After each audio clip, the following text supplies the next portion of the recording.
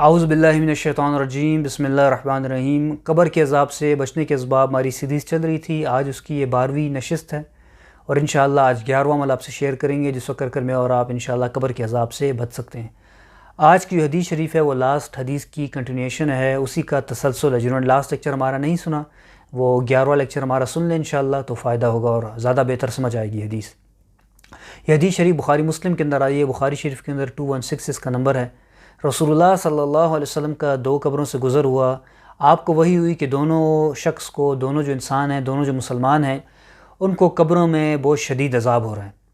تو صحابہ فرماتے ہیں فوضع علی کل قبر منہما کسرتن، تو آپ صلی اللہ علیہ وسلم نے 2 ہری ٹہنیاں لیں، بعض روایات میں آتا ہے کھجور کی ٹہنی اور بعض میں آتا ہے کوئی بھی سبز ٹہنی تھی، آپ صلی اللہ علیہ وسلم نے لی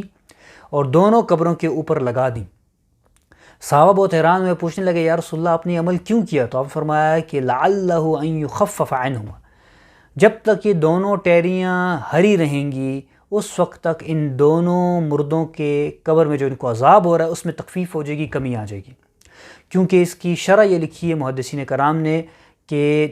تمام چیزیں جو ہیں اللہ تعالیٰ کی تسبیح حمد بیان کرتی ہیں، بالخصوص پودے، چرند، پرند۔ تو جس وقت تک یہ پودے ہری رہیں گے تو یہ اللہ تعالیٰ کی حمد و ثنا بیان کرتے رہیں گے، تو یوں مردے کو عذاب میں کمی ہوگی۔ کچھ علماء کرام نے یہ بھی لکھا ہے کہ اگر ہری کے علاوہ خشک ٹہنی بھی ہو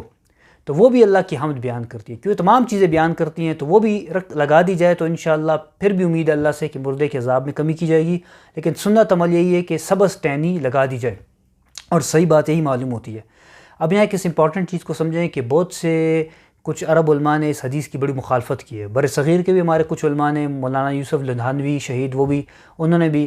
اس حدیث کی مخالفت کی اور کہا ہے کہ یہ عمل صحیح نہیں ہے، یہ درست نہیں ہے بلکہ بدعت ہے۔ شیخ عبداللہ ابن باز لکھتے ہیں اپنے فتوے میں کہ لا یشرع بل هو بدعۃ، اس عمل کی کوئی شرعی حیثیت نہیں ہے، بدعت ہے۔ وہ کہتے ہیں اس لیے کہ ایک اور حدیث میں آتا ہے کہ نبی صلی اللہ علیہ وسلم نے فرمایا تھا کہ احببت بشفاعتی، میں چاہتا ہوں کہ دونوں مردے جن کو قبر میں عذاب ہو رہا ہے ان کو بھی میری شفاعت کا حصہ ملے۔ تو آپ صلی اللہ علیہ وسلم نے اس لیے وہ دونوں ٹہنیاں ان کی قبروں میں لگوا دیں۔ تو ان ٹہنیوں میں بیسکلی یہ ہوا تھا کہ نبی صلی اللہ علیہ وسلم کا دست مبارک، ہاتھ مبارک لگا تھا، تو وہ لکھتے ہیں اس ہاتھ مبارک کا جو وہ لگا تھا ان ٹہنیوں کو، اس کی برکت سے ان کو عذاب میں کمی آئی ہے، ورنہ جو ہے نا کوئی عام ٹہنی لگائے گا تو ایسے مردے کو عذاب میں کمی نہیں ہوگی، یہ عرب علماء کہتے ہیں۔ اور وہ دوسری دلیل یہ دیتے ہیں کہ اگر یہ عمل سنت ہوتا نا تو صحابہ سے ضرور ثابت ہوتا۔ وہ کہتے ہیں کسی صحابی سے بھی ثابت نہیں ہے کہ نبی صلی اللہ علیہ وسلم کے بعد کسی صحابی نے بھی یہ وصیت نصیحت کی ہو کہ یار میرے مرنے کے بعد میری قبر پہ کچھ سبز پتے وغیرہ کو ٹہنی لگا دینا۔ تو کہتے ہیں اس لیے عمل کی کوئی شرعی حیثیت نہیں ہے۔ تو یہاں پہلے اعتراض کو لے لیں کہ جہاں تک اس کا تعلق ہے کسی صحابی سے ثابت نہیں ہے تو یہ بات غلط ہے۔ امام بخاری رحمۃ اللہ علیہ نے اس کو نقل کی اپنی صحیح کے اندر کہ صحابی تھے بریدہ الاسلمی رضی اللہ عنہ، انہوں نے تو خاص وصیت کی تھی انہ اوصى ان یجعل فی قبرہ جریدتان، ان تو یہ خاص وصیت کی تھی کہ ان کے مرنے کے بعد ان کی قبر پہ 2 سبز 2 ہری ٹہنیاں لگا دینا۔ تو اگر یہ بدعت ہوتا تو صحابی ایسے ہی عمل کرتے، تو اس سے بات ثابت ہو گئی کہ صحابہ سے عمل ثابت ہے اور یہ عمل کرنا سنت ہے۔ دوسری چیز یہ کہ امام مسلم رحمۃ اللہ علیہ کی جو صحیح مسلم ہے اس کی بڑی مشہور شرح ہے امام نووی رحمۃ اللہ علیہ کی، بہت بڑے محدث گزرے ہیں۔ تو امام نووی رحمۃ اللہ علیہ نے صحیح مسلم کی شرح میں لکھا ہے کہ استحب العلماء، یعنی ہمارے اسلاف کے جو پہلے علماء گزرے ہیں 1000 سال پہلے، وہ کہتے ہیں ہمارے ان علماء نے اس عمل کو مستحب قرار دیا۔ مستحب کا مطلب مستحب محبت حبہ سے نکلا ہے، یعنی اس کا مطلب یہ ہے کہ ایسا عمل جس سے شریعت نے محبت کی ہو، یعنی وہ اچھا عمل ہے۔ اور وہ آگے یہ بھی لکھتے ہیں کہ شوافی اور حنابلہ، یعنی امام شافعی رحمۃ اللہ علیہ کے اسٹوڈنٹس، امام احمد بن حنبل رحمۃ اللہ کے اسٹوڈنٹس، وہ بھی اس عمل کو جو ہے مستحب سمجھتے ہیں۔ اور دلیل میں یہی حدیث لے کر آتے ہیں بریدہ الاسلمی رضی اللہ عنہ کی کہ انہوں نے خاص نصیحت کی تھی، اگر وصیت کی تھی، اگر یہ عمل بدعت ہوتا تو پھر کیوں وصیت کرتے؟ اچھا اس مسئلے کو سمجھ لیجئے کہ اصل مخالفت کی وجہ کیا ہے، کیوں اصل میں عرب علماء نے اس عمل کو بدعت قرار دیا ہے۔ اس کی اصل وجہ یہ ہے کہ وہ کہتے ہیں اگر آپ نے عوام کو یہ حدیث بیان کر دی کہ قبر کے اوپر سبزہ لگانے سے مردے کے عذاب میں تخفیف ہوتی ہے، تو عوام اس کا ناجائز فائدہ اٹھائے گی اور پورا کا پورا آ کے درخت لگا دے گی۔ پھر جب درخت لگ جائے گا تو پھر اس کے اوپر لوگ دھاگے بھی لگائیں گے، تعویذ بھی لگائیں گے، دیے بھی لگائیں گے، اگربتیاں وہ بتیاں، اور مزار بن جائے گا اور بدعت اور کفر اور شرک شروع ہو جائے گا۔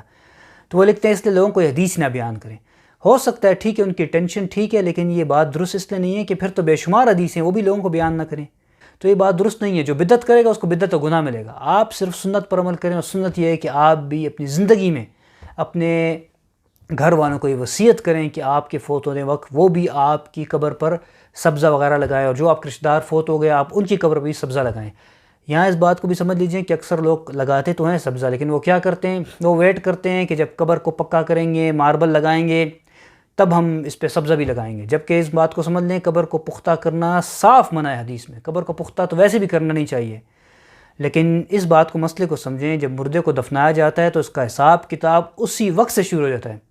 تو اس لیے سنت یہ کہ اسی وقت سے آپ کوئی نہ کوئی سبزہ وغیرہ وہاں پر کوئی نہ کوئی ٹہنی وغیرہ لگا دیں، تاکہ وہ اللہ کی حمد و ثنا بیان کرتی رہے، اور یوں مردے کو اگر خدا نہ کرے قبر میں کسی عمل کے سے عذاب بھی مل رہا ہے تو اس میں تخفیف ہو جائے۔ اللہ تعالیٰ مجھے آپ کو عمل کرنے کی توفیق عطا فرمائے۔ اس حدیث شریف کو سب کے ساتھ شیئر کرے صدقہ جاریہ کے طور پر۔ جزاک اللہ خیر۔